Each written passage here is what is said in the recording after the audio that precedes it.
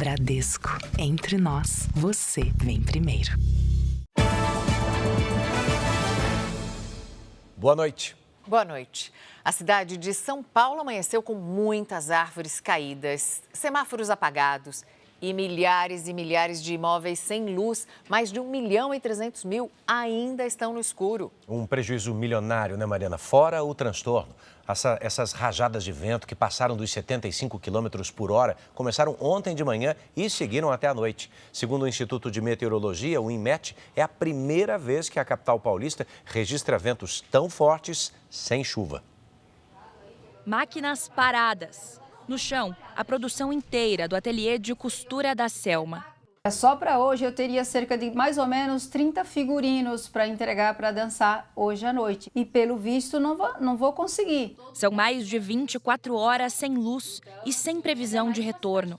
Não sei como explicar para as pessoas o que eu vou fazer para entregar e não sei o que falar, não sei o que fazer. Na porta do ateliê, encontramos o cenário deixado pela ventania. Postes e árvores caíram, derrubando os fios. Mais de 2 milhões de clientes, assim como ela, tiveram o fornecimento de energia interrompido e ainda precisam lidar com os problemas causados pela falta de luz. Essa família teve que sair de casa e ir para um hotel. A gente não tem condição de ficar mais 24 horas sem energia, sem contato com família. Eu preciso trabalhar, eu trabalho em home office. A CEAGESP, maior central de abastecimento de alimentos da América Latina, também está no escuro. Muitos comerciantes que não têm geradores correm o risco de perder as mercadorias. Desde ontem, a Prefeitura de São Paulo recebeu mais de 1.000 chamados para quedas de árvores. Técnicos passaram o dia nas ruas para remover troncos e galhos, mas a limpeza esbarra em outro problema: a demora da companhia de energia em desligar a rede elétrica. O helicóptero da Record sobrevoou o pátio da Enel pela manhã e flagrou vários caminhões parados, enquanto os moradores continuavam sem luz. Lá no Guarapiranga, né, que foi uma das regiões onde uma das nossas bases operacionais que foram filmadas, lá nós temos carros de substituição. Nós temos 1.600 equipes trabalhando, né, ao longo do dia. A gente trabalha para atender e recuperar o mais rápido possível. O governador do estado, Tarcísio de Freitas, defendeu uma intervenção na Enel diante do apagão. A gente não pode ficar refém, né, como foi dito, não dá. E é por isso que a gente tem batido tanto nessa questão, porque senão vai ser repetição de mais do mesmo. Todo evento climático nós vamos ter o mesmo problema. A gente pode ter certeza que esse restabelecimento completo vai levar alguns dias. A gente vai ver isso acontecer de novo. E a gente está falando isso sempre. Para este economista, a interrupção no fornecimento de energia pode gerar um prejuízo de até 700 milhões de reais em apenas 2 dias. Envolve o impacto nas vendas do comércio, envolve também o prejuízo dos estoques. Quando o suporte de restabelecimento demora muito e você acaba não tendo uma previsão da própria operadora de energia elétrica, isso você acaba prejudicando principalmente a logística da economia como um todo. E já são centenas de voos cancelados no país entre ontem e hoje, depois do vendaval que atingiu São Paulo. Muitos passageiros chegaram a dormir nos aeroportos, perderam compromissos e ainda nem sabem quando vão conseguir embarcar. Crianças exaustas no saguão, à espera para voltar para casa. Passageiros dormindo no chão enquanto aguardavam uma resposta sobre os voos. E longas filas nos guichês das companhias aéreas. Meu filho tem 6 e minha filha tem 9. E até agora nada de hotel, no momento nada. Tivemos que dormir aqui no chão. Este foi o cenário hoje no aeroporto de Congonhas, em São Paulo, um dia depois das rajadas de vento de quase 100 km por hora que cancelaram vários voos. Nesta quinta-feira, muitos passageiros ainda tentavam remarcar as viagens. Laura Klink enfrentou dificuldades para embarcar com o pai, o navegador Amir Klink. Ele tem um compromisso, uma palestra em Ribeirão Preto e realmente não tem voo. Falaram que iam mandar um helicóptero para a gente poder ir no compromisso, mas realmente não tem tempo que aguente um helicóptero agora. O aeroporto está caótico. A Silvia sente até agora as dores nas pernas depois de ficar horas em pé. A companhia aérea precisou alterar o voo e tentou colocar a passageira e o marido em aviões separados. Depois de muita insistência, Silvia conseguiu remarcar o voo na mesma aeronave. Ele toma remédios controlados, ele estava meio desorientado pelo cansaço. Eu fiquei em desespero. Segundo o Ministério de Portos e Aeroportos, uma das medidas para normalizar a situação foi estender o horário das atividades no aeroporto de Congonhas até a meia-noite de hoje. A gente está acompanhando, essas movimentações por conta do mau tempo e dessas rajadas de vento que nós tivemos, prejudicando, infelizmente, nessas últimas 48 horas, a aviação do estado de São Paulo. Os esforços das companhias aéreas são para ajustar a programação dos voos e acomodar os passageiros afetados. O problema que começou na capital paulista acabou atingindo outros aeroportos do país que também registraram cancelamentos. Em Brasília, muita gente só conseguiu remarcar os voos para o fim de semana. Não tinha mais vaga para o voo, E falaram que a nossa só tem vaga para o dia 14, que é domingo, Em Goiânia, passageiros reclamaram das soluções propostas pelas companhias aéreas. Me puseram num hotel a quase 60 quilômetros daqui. A proposta é ficar aqui até dia 15, eu não estou de férias. No Rio de Janeiro, teve gente que perdeu uma festa de formatura em Porto Alegre porque não conseguiu embarcar a tempo. A família não vai conseguir comparecer, estamos voltando para casa. Criminosos invadem casa e fazem moradores reféns em bairro Nobre de São Paulo. No principal aeroporto do país, Polícia Federal prende suspeitos de transportar cocaína em carrinhos de limpeza. Ministro Alexandre de Moraes derruba a decisão da Câmara que manteve mandato de Carla Zambelli. Governo dos Estados Unidos diz que deve realizar novas apreensões de navios na costa venezuelana. Paraquedista fica preso à asa de avião durante salto na Austrália.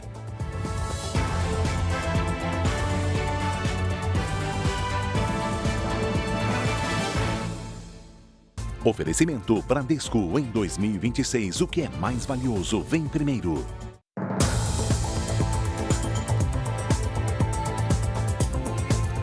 Moradores de uma casa no Morumbi, um bairro de alto padrão em São Paulo, passaram a madrugada reféns de criminosos. E o caso não é isolado, não. Entre janeiro e outubro desse ano, mais de 600 residências foram invadidas na capital paulista. E o que mais assusta é que os criminosos estão usando armas pesadas, como fuzis. Este homem é funcionário da família e chegava para trabalhar quando foi rendido pelos assaltantes. Aí eu vi o portão abrindo, aí me renderam, falavam, entra pra dentro. Eu falei, mas não vou entrar não. Aí eu saí correndo, tá armado, com um fuzil. Ele conseguiu fugir, mas no desespero caiu e ficou ferido. Os criminosos usaram uma escada de uma casa vizinha em obras para subir no muro e invadir a residência ainda de madrugada. Com a falta de energia, a cerca elétrica estava desligada. Já dentro da casa renderam mais 2 funcionários e um casal de moradores. Eles fugiram pela manhã, levando 2 carros das vítimas. Os veículos foram abandonados na região e já localizados. Os assaltantes também levaram objetos da família avaliados em quase R$300 mil, entre joias, relógios e bolsas. De acordo com a polícia, os bandidos estavam encapuzados e armados com um fuzil e 2 pistolas. Eles ainda não foram identificados. São quadrilhas voltadas mesmo para esse tipo de delito. Eles miram um alvo, fazem um levantamento prévio e fazem a incursão, o ataque. Até outubro deste ano, foram registrados mais de 600 roubos a residências na capital paulista. O bairro do Morumbi é um dos mais visados pelos ladrões. Em setembro, criminosos invadiram uma creche na tentativa de entrar em um condomínio de luxo. Vizinhos chamaram a polícia. Houve troca de tiros com os assaltantes. Um deles carregava um fuzil. Na ocasião, 2 homens foram presos. Uma fábrica clandestina de cigarros foi interditada numa área rural do Rio Grande do Sul.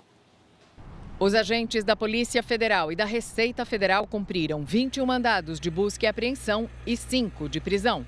Na fábrica foram apreendidos cigarros prontos para distribuição, insumos para fabricação e maquinário utilizado na produção clandestina.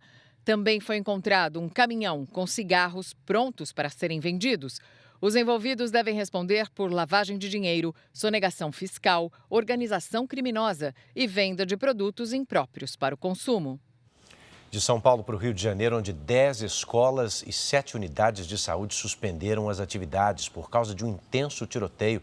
Foi na região metropolitana. O confronto entre criminosos e policiais aconteceu durante uma operação de combate ao avanço do Comando Vermelho. Veículos blindados ajudaram no deslocamento das equipes, mas tiveram que parar no meio do caminho por causa de uma barricada. De longe, a movimentação era acompanhada por traficantes, que atiravam na direção dos policiais que estavam na área de mata. Nesta outra via, um carro foi virado para dificultar a passagem. Esta carcaça foi retirada do caminho com a ajuda de um caminhão. O objetivo da operação no Complexo do Salgueiro, em São Gonçalo, era conter o avanço do Comando Vermelho. O conjunto de comunidades, considerado um dos mais violentos da região metropolitana do Rio, é controlado por Antônio Hilário Ferreira, um dos principais nomes da facção. Ele não foi encontrado. Ao longo do dia, houve novos confrontos. A operação mudou a rotina dos moradores. 3 linhas de ônibus da região deixaram de circular. Tem um ônibus, o pessoal voltando para casa. Tudo fechado, não tem como passar.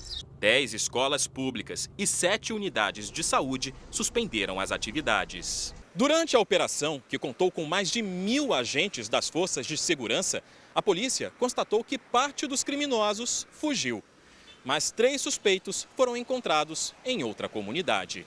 Eles teriam fugido da ação que ocorreu no Complexo do Salgueiro e foram para essa comunidade até serem abordados por nossos agentes. Segundo a polícia, os presos têm envolvimento com o roubo de veículos e a receptação de cargas.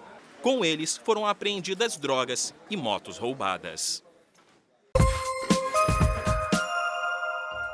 4 homens foram presos, suspeitos de realizar e divulgar manobras perigosas com motos em Goiânia. Segundo a polícia, o grupo adulterava as placas e também colocava crianças em situação de risco.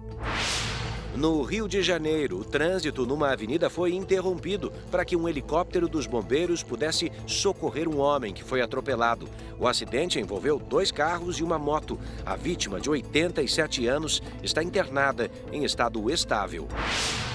Uma pessoa morreu depois de uma batida entre 2 carretas na rodovia Regis Bittencourt, em Barra do Turvo, São Paulo. O acidente causou mais de 40 quilômetros de congestionamento.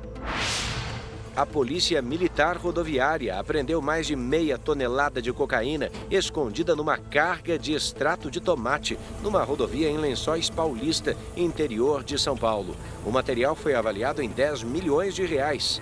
O motorista foi preso. Vamos saber agora quais são os destaques da previsão do tempo para todo o Brasil com a Giovana Rizardo. Giovana, boa noite. Tem alerta de chuva volumosa para amanhã? Tem sim, especialmente no oeste do Paraná, Mariana. Boa noite para você. Boa noite, Edu. E uma boa noite para você. Amanhã o tempo volta a ficar instável em várias regiões, com destaque para Mato Grosso do Sul, Paraná, Santa Catarina e interior de São Paulo. O perigo extremo para temporais está perto da divisa entre o Paraná e Paraguai. Em Foz do Iguaçu, Salto do Lontra e Realeza, os acumulados de chuva podem chegar a 100 milímetros. Em Curitiba e em São Paulo, previsão de temporais à tarde, máximas de 25 e 31 graus. Em Campo Grande, a chuva forte acontece à tarde e à noite, faz 29 graus. Hoje, o mar ficou agitado, principalmente na faixa litorânea do sul e do sudeste. Amanhã pode chover em grande parte das 5 regiões do país por causa da combinação de ventos, calor e umidade. O alerta vermelho se concentra no Paraná, Mato Grosso do Sul e Santa Catarina. Nessas regiões, as tempestades podem vir acompanhadas de granizo, ventos fortes e raios. No extremo oeste do Paraná, os meteorologistas apontam condições para microexplosões e tornados. Amanhã em Porto Alegre, máxima de 30 graus. No Rio de Janeiro, 36, 27 em Brasília, 32 em Belém e até 30 graus em Fortaleza. Hora do Tempo Delivery. O Fernando é de Caçu, Goiás. Boa noite, Fernando. Amanhã tem pancadas de chuva no fim da tarde por aí e a máxima é de 30 graus. No sábado, céu encoberto e risco de temporal. Faz 31. No domingo, ainda chove. O Rodrigo é de Manaus, Amazonas. Bem-vindo, Rodrigo. Os próximos dias vão ser abafados e com possibilidade de pancadas de chuva. Os termômetros marcam entre 30 e 33 graus à tarde. Participe também do nosso Tempo Delivery. Poste seu pedido nas redes sociais com o nome de uma cidade e a hashtag você no JR. Mariana, Edu... Obrigado, Giovana. Ainda hoje, funcionários da área VIP do Aeroporto Internacional de São Paulo usavam carrinhos de limpeza para transportar cocaína. E a seguir, o próximo desafio do Flamengo na Copa Intercontinental de Clubes. O Flamengo treinou hoje em Doha na preparação para a semifinal contra o Pirâmides do Egito. Clube que tem como um dos destaques um atacante com o nome de Zico.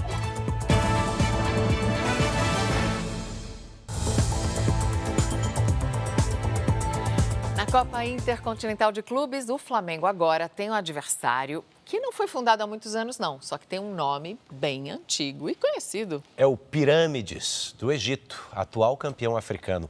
Bruno Lohance já está com a gente para falar mais sobre esse time. Chega a ser um risco para o rubro-negro, Bruno? Sempre vai ser, né? Porque tem que se preparar e tomar todo o cuidado. Boa noite, Edu.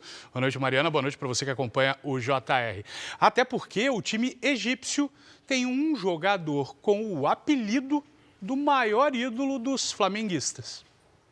Depois da classificação, descanso só para os titulares. Menos de 24 horas depois, olha os semifinalistas aí, de volta ao gramado.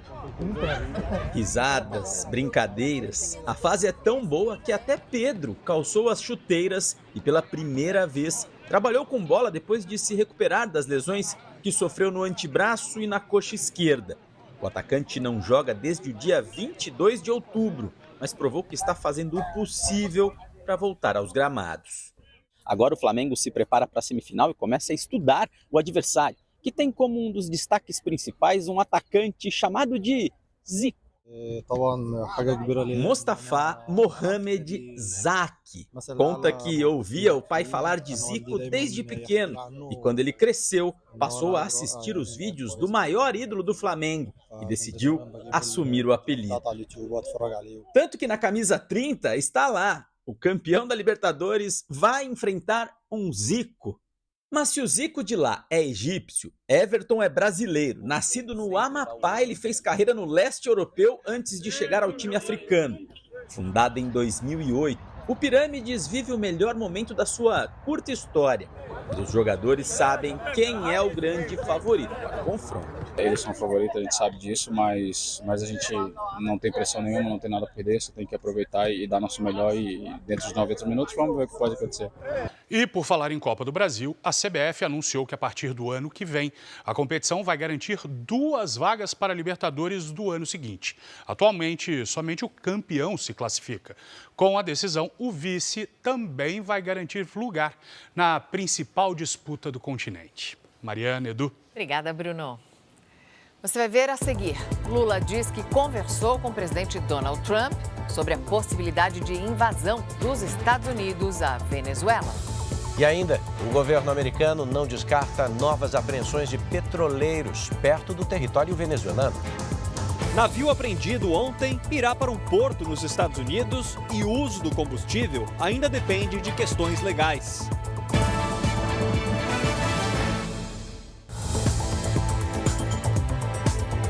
Estamos juntos para você saber que 10 pessoas foram presas suspeitas de tráfico internacional de drogas através do Aeroporto Internacional de São Paulo, em Guarulhos. Funcionários terceirizados da limpeza entravam com cocaína escondida para que um passageiro depois levasse essa encomenda para fora do Brasil.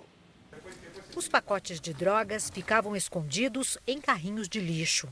Segundo a investigação, era nas chamadas áreas VIP do aeroporto que a rede criminosa driblava a fiscalização.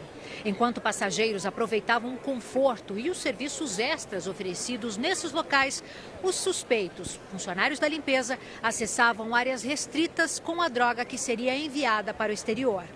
conforme o passageiro que iria levar a droga para o exterior acessava a área restrita normalmente, sem estar passando pelo cheque de segurança, sem estar portando nenhum tipo de ilícito, já lá dentro da sala da área restrita recebia a droga desse funcionário e dali partia para o exterior.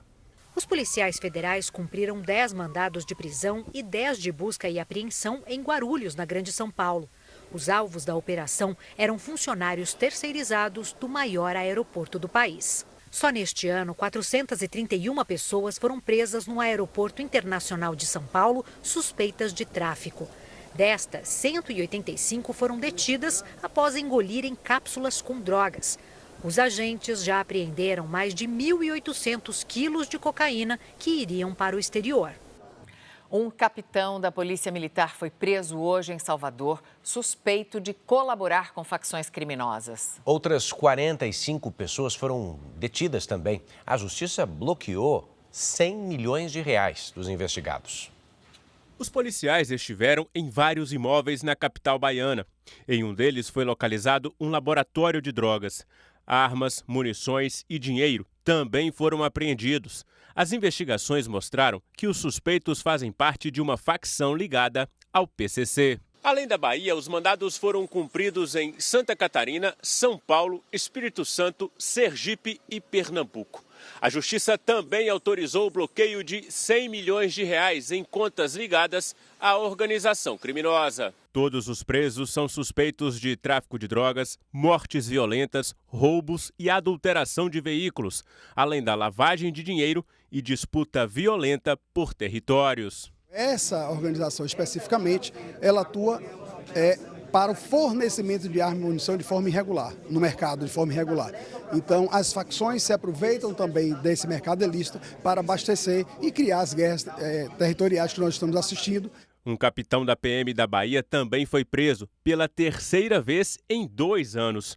Mauro Grunfeld é suspeito de tráfico de drogas, lavagem de dinheiro e venda de armas para facções criminosas. A defesa dele nega as acusações. O comando da Polícia Militar declarou ter compromisso com a legalidade, a disciplina institucional e a ética profissional. Em todas as instituições onde existe a falha, essa falha não é aceita pela totalidade da classe e, nesse caso específico, alcançou um capitão da Polícia Militar.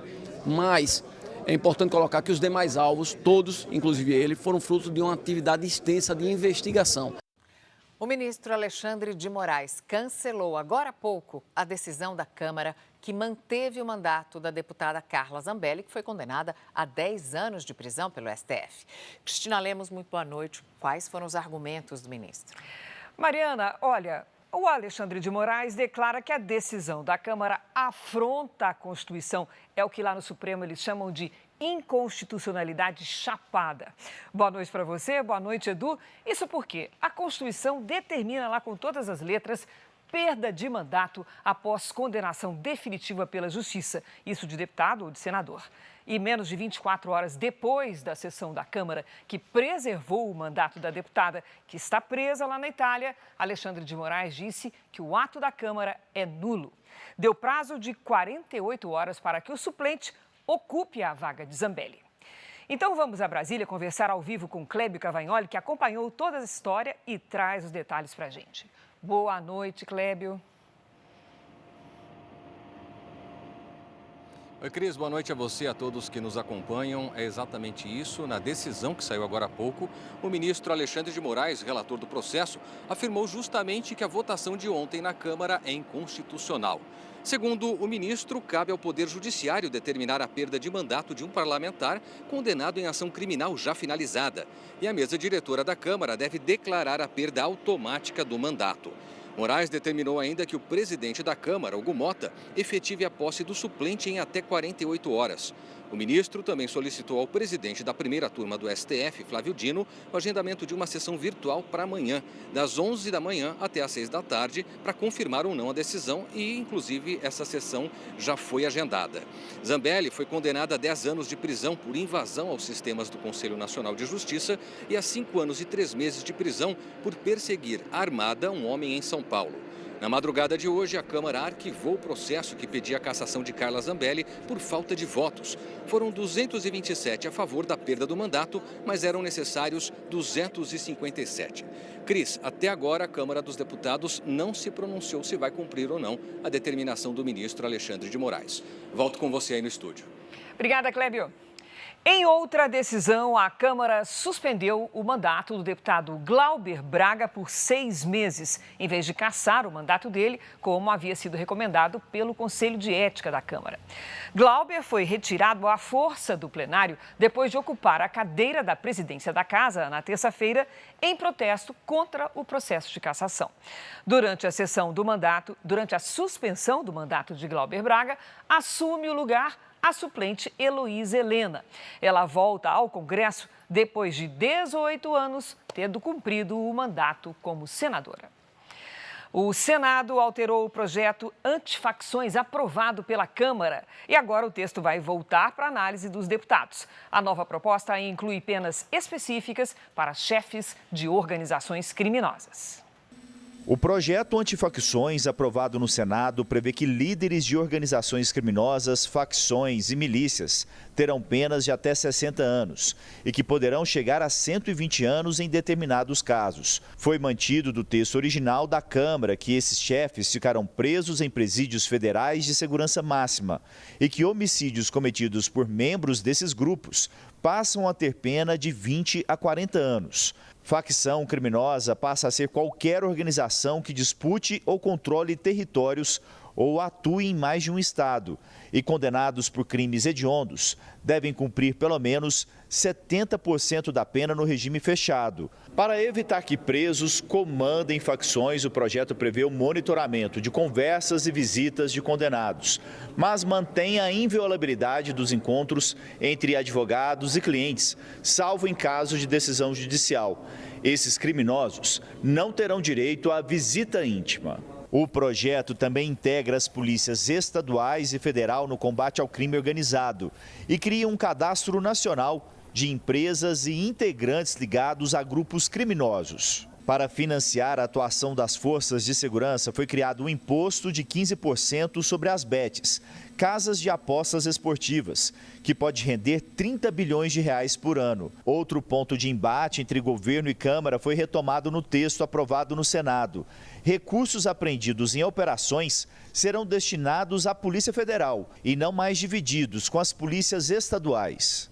O Senado aprimorou o projeto, tirou pontos que eram inconstitucionais, retomou o financiamento nacional e o fortalecimento da Polícia Federal dentro desse processo e votou por unanimidade o texto. A emenda ao texto que equiparava facções a grupos terroristas foi rejeitada. Porque a nominação como terroristas abre espaço para sanções internacionais, econômicas e militares. Terrorismo abre espaço para sanções contra o país. Eu não acredito que nenhum parlamentar conscientemente deseje ter o nosso país submetido a sanções internacionais. O ministro Alexandre de Moraes, do Supremo Tribunal Federal, deu 15 dias para que a Polícia Federal faça uma perícia médica para verificar se Jair Bolsonaro precisa de cirurgia. Na terça-feira, a defesa do ex-presidente pediu autorização para 2 procedimentos, alegando piora no quadro de soluços. Na decisão, Moraes justificou que o exame feito no dia da prisão não mostrou necessidade de cirurgia imediata. Bolsonaro é mantido na Superintendência da Polícia Federal em Brasília desde 22 de setembro. Sobre a decisão da Justiça Federal em Minas Gerais, que suspendeu benefícios do ex-presidente, a defesa afirmou que está agindo. Bolsonaro tem direito a 2 veículos oficiais com motorista, 4 seguranças e 2 assessores. Mariana, Edu. Obrigada, Cris. A Polícia Federal indiciou o deputado federal Gustavo Gayer, do PL de Goiás, o filho dele e assessores por associação criminosa, falsidade ideológica, falsificação de documento e peculato. O parlamentar é suspeito de desviar dinheiro de cotas parlamentares para uma organização civil que teria sido criada com documentos falsos. O deputado divulgou um vídeo em que nega todas as acusações. O presidente Lula esteve em Minas Gerais e anunciou investimentos para o tratamento contra o câncer. O presidente Lula inaugurou um centro de radioterapia em Itabira, na região central do estado. Esse aparelho que está montado aqui é a mesma máquina que, se o presidente Trump dos Estados Unidos precisar fazer uma radioterapia, ele vai fazer numa máquina igual a que vocês estão fazendo. Outras 4 cidades também receberam os equipamentos: São Luís, Goiânia, Colatina, no Espírito Santo, e Marília, no interior de São Paulo. Foram investidos mais de 67 milhões de reais por meio do programa Agora Tem Especialistas. Um centro como esse é uma mudança de vida e de esperança para as pessoas que enfrentam o câncer e suas famílias. Em Belo Horizonte, Lula participou da abertura da Caravana Federativa em Minas Gerais. O evento reuniu prefeitos e representantes de quase 500 cidades. Foram anunciados investimentos nas áreas da saúde, educação e habitação. No discurso, Lula afirmou que conversou com o presidente Donald Trump sobre a possibilidade de invasão dos Estados Unidos à Venezuela. O unilateralismo que o presidente Trump deseja é que aquele mais forte determina o que os outros vão fazer. Tá? É sempre a lei do mais forte. Falei, o Trump, nós não queremos guerra na América Latina. Nós somos uma zona de paz. Eu falei, não, mas eu tenho mais arma, eu tenho mais navio, eu tenho mais bomba. Falei, cara, eu acredito mais no poder da palavra do que no poder da arma. O governo dos Estados Unidos não descartou a possibilidade de fazer novas apreensões de navios petroleiros em águas internacionais. Segundo a Casa Branca, o país está atento ao contrabando internacional de combustível. A porta-voz da Casa Branca revelou mais detalhes sobre a apreensão do navio petroleiro ontem na costa da Venezuela. Caroline Leavitt afirmou que a embarcação e os tripulantes estão sendo investigados. Além disso, informou que o petróleo irá para um porto nos Estados Unidos e o uso do combustível pelos americanos ainda depende de questões legais. A apreensão do petroleiro na costa da Venezuela marca uma nova fase na pressão dos Estados Unidos sobre Nicolás Maduro. Em meio à possibilidade de uma incursão terrestre no país sul-americano, analistas apontam que o objetivo agora é desestabilizar a economia venezuelana. A porta-voz do governo não descartou novas apreensões. Nós não vamos ficar apenas olhando navios com sanções levarem petróleo para ser comercializado no mercado clandestino e patrocinar o narcoterrorismo e outros regimes ilegais pelo mundo, reiterou Caroline Leavitt. A embarcação, conhecida como Skipper, navegava sob uma bandeira da Guiana, apesar de não estar registrada no país. Há 3 anos, o petroleiro foi alvo de sanções por, segundo o governo americano, fazer parte de uma rede de contrabando que financiava os terroristas do Hezbollah, no Líbano, e a Guarda Revolucionária do Irã. Além de pressionar Nicolás Maduro, Donald Trump também trabalha para fortalecer a oposição da Venezuela. A ganhadora do Prêmio Nobel da Paz, Maria Corina Machado, revelou que chegou a Oslo, na Noruega, depois de receber ajuda dos americanos para sair do território venezuelano. A líder da oposição ainda afirmou que fará de tudo para voltar à Venezuela, que, segundo ela, estará livre em breve. Venezuela will be free. O cerco militar dos Estados Unidos no Caribe foi assunto de uma conversa entre os presidentes Lula e Nicolás Maduro na semana passada, a pedido do governo venezuelano. A ligação telefônica só foi confirmada hoje pelo Palácio do Planalto. Segundo o governo brasileiro, os dois trataram da importância da manutenção da paz na América do Sul. E agora à noite, o presidente Donald Trump afirmou que os ataques por terra na Venezuela vão começar em breve, sem dar mais detalhes. Veja a seguir. Paraquedista fica preso à asa do avião durante um salto na Austrália.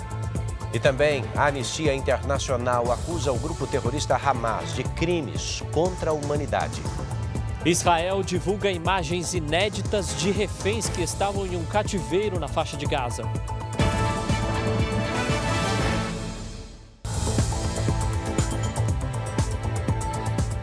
O abono salarial do PIS/PASEP, referente ao ano base de 2023, tem 161 milhões de reais disponíveis para saque. Mais de 154 mil trabalhadores não retiraram benefício. Patrícia Lages. O prazo acaba agora no final do mês de dezembro e quem não sacar vai perder o dinheiro? Boa noite. Não exatamente, Mariana. Boa noite para você, boa noite, Edu, boa noite a você que nos acompanha. Os valores não sacados até 29 de dezembro voltam para o Fundo de Amparo ao Trabalhador e aí, para receber depois, será preciso entrar com um recurso administrativo. O abono salarial do PIS é pago aos trabalhadores da iniciativa privada e o do PASEP aos servidores públicos. Tem direito quem trabalhou registrado por no mínimo 30 dias seguidos ou não em 2023 e que tenha recebido até R$ 2.640 por mês, valor equivalente a 2 salários mínimos. O valor a ser pago varia de R$ 127 a R$ 1.518, de acordo com o número de meses trabalhados no ano base de 2023. Patrícia, você sabe que deve ter gente coçando a cabeça agora em casa e se perguntando, será que eu tenho direito? Ensina a gente a consultar. Dá para consultar e é fácil, viu, Edu? Pode ser consultado pelo aplicativo Carteira de Trabalho Digital e na aba Benefícios, basta selecionar ali abono salarial e em seguida você vai clicar em Pagamentos. A consulta também pode ser feita pelo portal gov.br ou pelo telefone 158. O trabalhador vai saber o valor, a data e o banco de recebimento. Bom, quais são as formas de pagamento desse benefício, Patrícia? Vamos lá, Mariana. O PIS é pago pela Caixa por crédito em conta corrente, poupança ou pelo aplicativo Caixa Tem. Quem não é correntista pode receber nas agências Caixa ou nas lotéricas. E o PASEP, pago pelo Banco do Brasil, também é acreditado em conta corrente, por transferência ou pago presencialmente nas agências. Mariana, Edu. 160 milhões à espera, hein? Obrigado, viu? Vou falar agora sobre o déficit comercial dos Estados Unidos, que caiu para o menor nível desde 2020. A política tarifária do presidente Trump fez o país vender mais e comprar menos de parceiros comerciais. As exportações ganharam força com alta de 3%.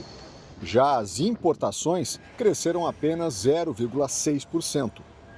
Segundo o Departamento de Comércio americano, o déficit comercial caiu 10,9% em setembro em relação ao mês anterior. A política tarifária de Trump, que tem o objetivo de proteger a indústria americana, reduziu o ritmo das compras do exterior. Apesar dos números positivos, os Estados Unidos reconhecem a necessidade de um acordo tarifário mais amplo, inclusive com o Brasil. O representante comercial dos Estados Unidos, Jamieson Greer, disse que Donald Trump teve várias interações construtivas com o presidente Lula e que as reduções tarifárias sobre o cacau e o café são um reconhecimento desse progresso. Jamieson classificou o Brasil como um parceiro comercial bastante disposto, mas que espera uma relação melhor entre os países. Gostaríamos de ter, em curto prazo, algum tipo de acordo com o Brasil. Há coisas que eles podem fazer, afirmou. Portugal enfrenta hoje a maior greve em 12 anos, uma paralisação nacional que afetou transportes e serviços públicos e provocou o cancelamento de centenas de voos. Quem tentou usar o metrô em Lisboa foi surpreendido por portas fechadas em todas as estações. Alunos ficaram sem aula por todo o país. Hospitais e postos de saúde atendiam apenas emergências. A paralisação foi convocada por centrais sindicais contra uma reforma trabalhista apresentada pelo governo, que ainda vai ser votada no parlamento. Manifestantes atiraram garrafas de vidro e incendiaram objetos. A polícia foi acionada para dispersar a multidão.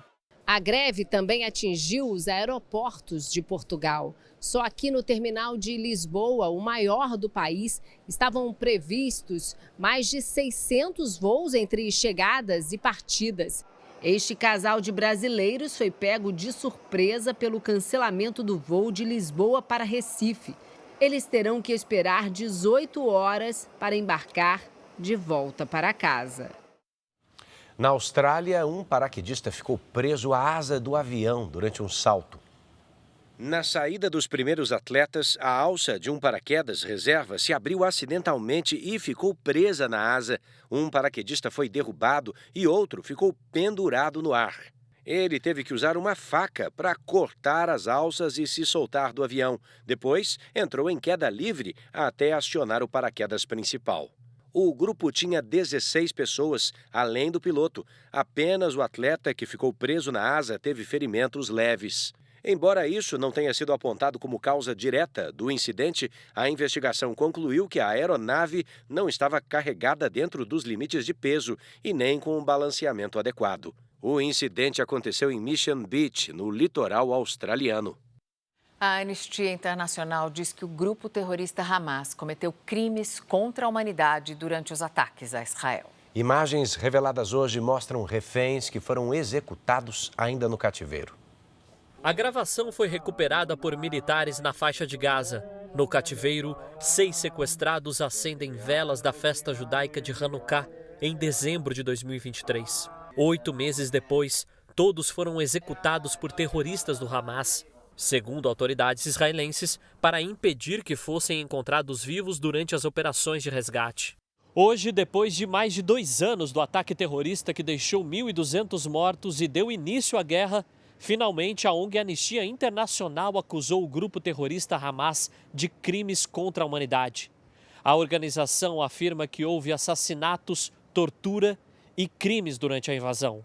Foi um ataque sistemático contra a população civil de Israel, concluiu o relatório da organização. A Anistia Internacional ouviu sobreviventes e testemunhas. Também examinou mais de 350 vídeos e fotografias dos atos de violência e das condições dos reféns no cativeiro. Para a entidade, as provas não deixam dúvidas sobre a gravidade e a recorrência das violações às leis internacionais promovidas pelos terroristas. A polícia prendeu 15 integrantes de uma quadrilha que se especializou em roubar motos na Grande São Paulo. Era um grupo que agia com muita violência e depois ostentava a vida criminosa nas redes sociais. Uma câmera de segurança registrou a ação. Os criminosos rendem o motociclista, que não reage. Ele tem a audácia de falar, e se for polícia vai morrer. E com muita raiva, atira ali sem medo de nada. Depois dos roubos, a ostentação. Os assaltantes exibem as motos e acessórios nas redes sociais. Fazem manobras arriscadas.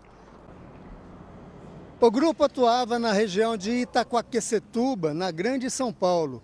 A ação dos criminosos chamou a atenção da polícia, que montou uma operação para identificar e prender os integrantes da quadrilha. Durante a investigação, que durou 4 meses, a polícia identificou e prendeu 15 assaltantes. Polícia, polícia, polícia! Levanta a mão, levanta a mão, levanta a mão, polícia! Todos fazem parte da mesma quadrilha que agia em diversas regiões da Grande São Paulo. Embora jovens, o que ficou muito claro para mim, eles já fazem isso há muito tempo. Até porque a maioria deles já tem passagem, até como menor, tem ato infracional, tem roubo, tem receptação, eles têm tráfico de drogas, indivíduos que já estão fazendo da sua vida uma habitualidade criminosa. À 00:30 tem mais uma edição do Jornal da Record. As reportagens de hoje estão no Record Plus e em todas as nossas plataformas digitais. A programação da Record está disponível ao vivo e de graça no Record Plus. Agora você fica com a novela Mãe e logo depois de Reis tem eliminação ao vivo na Fazenda. Entre no r7.com e vote no seu peão preferido. É a reta final da Fazenda, hein? Não perca. Boa noite. Boa noite para você e até amanhã.